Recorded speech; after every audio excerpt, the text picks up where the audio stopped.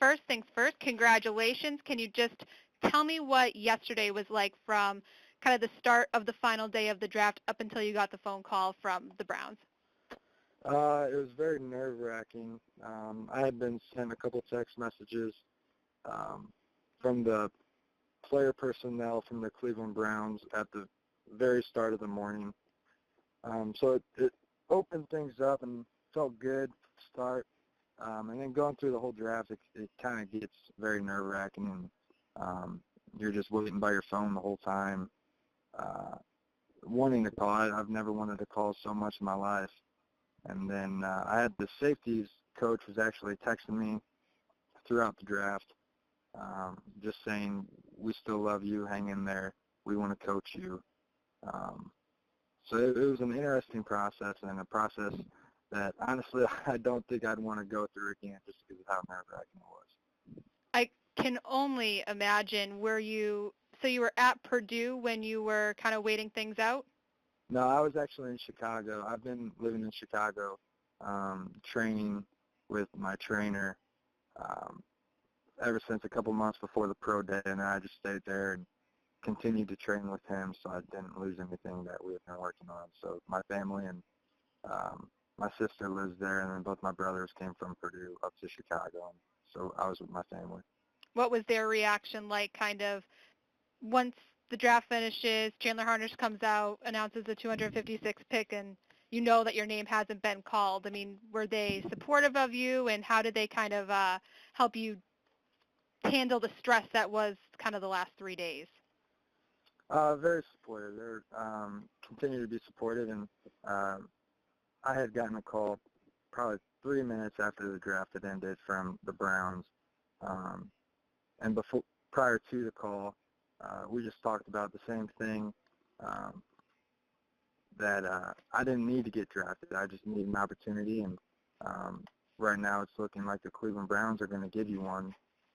This was before we had gotten the call. So, I mean, everything was still very positive, and not getting drafted, I mean, it sucks, but I went into the draft just wanting an opportunity, and if I was fortunate enough to get one, I'm just going to make the most of it. And when did you first start talking with the Browns? Because from watching Glenn's story that he did on you earlier this week, he said that a couple of teams had expressed interest in you before the draft. Yeah, the Browns were one of the later teams. They had first time they contacted me, it was probably 2 or 2.5, maybe 3 weeks ago. And it very, very beginning of the communication process. And then they actually sent me a letter in the mail a week and a half before the draft, just saying how they appreciated the way I played football, and really liked my intensity and playmaking ability, which is a type of player that they're trying to bring into their organization. So really things started shaking out, and communication started to increase about 2 weeks before the draft. When is rookie camp? When do you actually start working out with them? On Thursday I head down. I find out more tomorrow when they give me the whole itinerary. But I'll be down there in Cleveland on Thursday through Sunday. The camp doesn't actually start until Friday, so it's a Friday through Sunday thing. So this upcoming Friday, May 9th? Yeah. So May 9th through 10th. So that would be a Saturday. Is the 9th? Okay. What is it about the Browns organization that makes you so excited to be a part of them? For one, they're a new coach, and from the way I was talking to the coach, he just seemed very excited about what their organization is trying to do. We had talked a lot about their personnel in the secondary, and he had just given me a little rundown on the safeties on their team, and really felt that I could make a good impact and potentially make the 53-man roster.